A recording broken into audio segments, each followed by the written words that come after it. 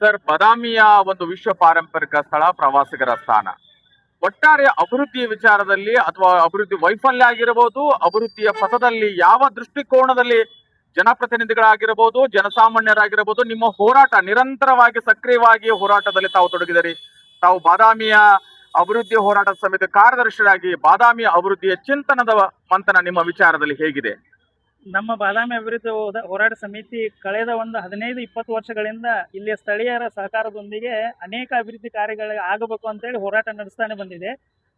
ಅದರಂತೆ ಈಗ ನಮ್ಮ ಪಾರಂಪರಿಕ ರಸ್ತೆ ಆದ ಚಾಲುಕ್ಯರು ಇಮ್ಮಡಿ ಪುಲಕೇಶಿ ಆಳಿದ ನಾಡಾದಂಥ ಬಾದಾಮಿ ಆಗಿನ ಕಾಲದ ವಾತಾಪಿ ಅದು ರಾಜಧಾನಿ ಆಗಿತ್ತು. ರಾಜಧಾನಿ ಅಂದರೆ ಯಾವ ಥರ ವೈಭವ ಇತ್ತು ಅನ್ನೋದನ್ನು ನೀವು ಊಹಿಸ್ಕೊಳ್ಬೋದು. ಅದೇ ರೀತಿ ಈಗ ನಮ್ಮ ಪಾರಂಪರಿಕ ರಸ್ತೆ ಆದಂಥ ಮ್ಯೂಸಿಯಂ ರಸ್ತೆ ಹಾಗೂ ಹಿಂದೆ ಏನು ತರಕಾರಿ ಮಾರುಕಟ್ಟೆ ಇದೆಯಲ್ಲ, ಈ ತರಕಾರಿ ಮಾರುಕಟ್ಟೆ ಅತಿ ಜನನಿಬಿಡ ಪ್ರದೇಶವಾಗಿರೋದ್ರಿಂದ ಇಲ್ಲಿ ಬರುವಂಥ ದೇಶ ವಿದೇಶದ ಪ್ರವಾಸಿಗರಿಗೆ ಅವ್ರ ವೆಹಿಕಲ್ ಗಾಡಿಗಳು ಮೂವ್ ಆಗ್ಲಿಕ್ಕೆ ಬಹಳ ತೊಂದರೆ ಆಗುತ್ತೆ. ಹಾಗೂ ಅಲ್ಲಿ ನಡ್ಕೊಂಡು ಹೋಗೋದಕ್ಕೆ ಭಾಳ ಅಂತ ಸಮಸ್ಯೆ ಅದಾವೆ. ಇಲ್ಲಿ ಮೂಲಭೂತ ಸೌಕರ್ಯಗಳೇ ಇಲ್ಲ. ಆ ದೃಷ್ಟಿಯಲ್ಲಿ ನಾವು ಹಲವಾರು ಬಾರಿ ಇಂದಿನ ಮುಖ್ಯಮಂತ್ರಿ ಆದಂಥ ಸಿದ್ದರಾಮಯ್ಯನವರು ಆಗಿನ ನಮ್ಮ ಶಾಸಕರಾಗಿದ್ದರು. ಅವರು 2018ರಿಂದ 23ರವರೆಗೆ ಅವರ ಅವಧಿಯಲ್ಲಿ ನಾವು ಸಾಕಷ್ಟು ಮನವಿಗಳನ್ನು ಕೊಟ್ಟಿದ್ದೀವಿ. ಈ ತರಕಾರಿ ಮಾರುಕಟ್ಟೆ ಸ್ಥಳಾಂತರ ಬಗ್ಗೆನೇ 2020ರಲ್ಲಿ ಮಾನ್ಯ ಸಿದ್ದರಾಮಯ್ಯನವರು ತಾವೇ ಒಂದು ಲೆಟರ್ ಬರೆದಿದ್ರು. ಯಾರು ನಮ್ಮ ಗೃಹ ಸಚಿವರಾದಂಥ ಬಸವರಾಜ ಬೊಮ್ಮಾಯಿ ಅವರಿಗೆ, ಈ ಮಾರುಕಟ್ಟೆ ಸ್ಥಳಾಂತರ ನನ್ನ ಮತಕ್ಷೇತ್ರದಲ್ಲಿ ಅತಿ ಜನನಿಬಿಡ ಪ್ರದೇಶದಲ್ಲಿ ಇದೆ. ಆಮೇಲೆ ಇಲ್ಲಿ ಹೋಗೋದಕ್ಕೆ ಬರೋದಕ್ಕೆ ಬಹಳ ಅಡೆತಡೆ ಆಗ್ತಾ ಇದೆ.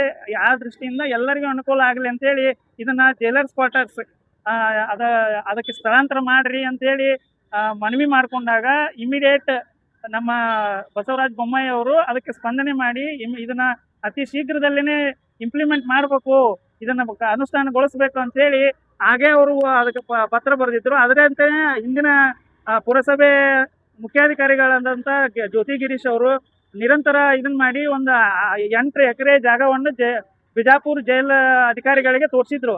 ಅದು ಯಾಕಾಗಿ ಅದು ನೆನಗುಳಿಗೆ ಬಿದ್ದಿದ್ದು ಗೊತ್ತಿಲ್ಲ. ಇಲ್ಲಿವರೆಗೂ 2020ರಿಂದ 26 ವರ್ಷದಿಂದ ನಮ್ಮ ಬಾದಾಮಿಯ ಮಾರುಕಟ್ಟೆ ತರಕಾರಿ ಮಾರುಕಟ್ಟೆ ಸ್ಥಳಾಂತರನೇ ಆಗಿಲ್ಲ.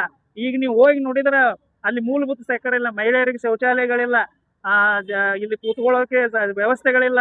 ಎಲ್ಲರೂ ಇಕ್ಕಟ್ಟಾದ ಸ್ಥಿತಿ ಒಳಗೆ ಆಮೇಲೆ ಗಲೀಜು ವ್ಯವಸ್ಥೆಯಲ್ಲಿ ತರಕಾರಿಗಳನ್ನು ಮಾರಬೇಕಾದ ಪರಿಸ್ಥಿತಿ ಇದೆ. ಅಲ್ಲಿ ಪ್ರತಿನಿತ್ಯ ಪ್ರವಾಸಿಗರು ಮತ್ತು ಜನಸಾಮಾನ್ಯರಲ್ಲಿ ಸಂಘರ್ಷ ಏರ್ಪಡ್ತಾ ಇದೆ.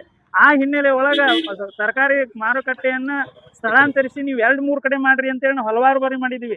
ಬಾದಾಮಿ ಒಳಗೆ ನಿಮ್ಗೆ ಯಾಕಂದ್ರೆ ದೊಡ್ಡದಾಗ್ಬಿಟ್ಟೈತಿ ಬಾದಾಮಿ ಸಿಟಿ. ಈ ಹಿನ್ನೆಲೆ ಒಳಗೆ ನೀವು 2-3 ಕಡೆ ಮಾಡಿದ್ರೂ ಉತ್ತಮ ಅನ್ನೋದು ನಮ್ಮ ಅಭಿಪ್ರಾಯ.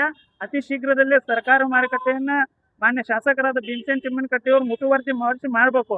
ಅದೇ ರೀತಿ ಸಂಸದರಾದ PC ಗದ್ದಿಗೌಡರು ಅವರು ಈ ಕೇಂದ್ರ ಸರ್ಕಾರದಿಂದ ಅದಕ್ಕೆ ಏನಾದರೂ ಅನುದಾನ ಬಂತಂದ್ರೆ ಅದನ್ನು ಹಾಕಿ ಒಂದು ವಿಶ್ವ ದರ್ಜೆ ಮಟ್ಟದಲ್ಲಿ ತರಕಾರಿ ಮಾರುಕಟ್ಟೆನೇ ಆಗಬೇಕು. ಈ ವಿಶ್ವ ದರ್ಜೆ ಮಟ್ಟದಲ್ಲಿ ನಮ್ಮ ಬಾದಾಮಿ ಅಭಿವೃದ್ಧಿ ಆಗಬೇಕು. ಅದೇ ನಮ್ಮ ಬಾದಾಮಿ ಅಭಿವೃದ್ಧಿ ಹೋರಾಟ ಸಮಿತಿ ಹಾಗೂ ಬಾದಾಮಿಯ ನಾಗರಿಕರ ಗುರಿ.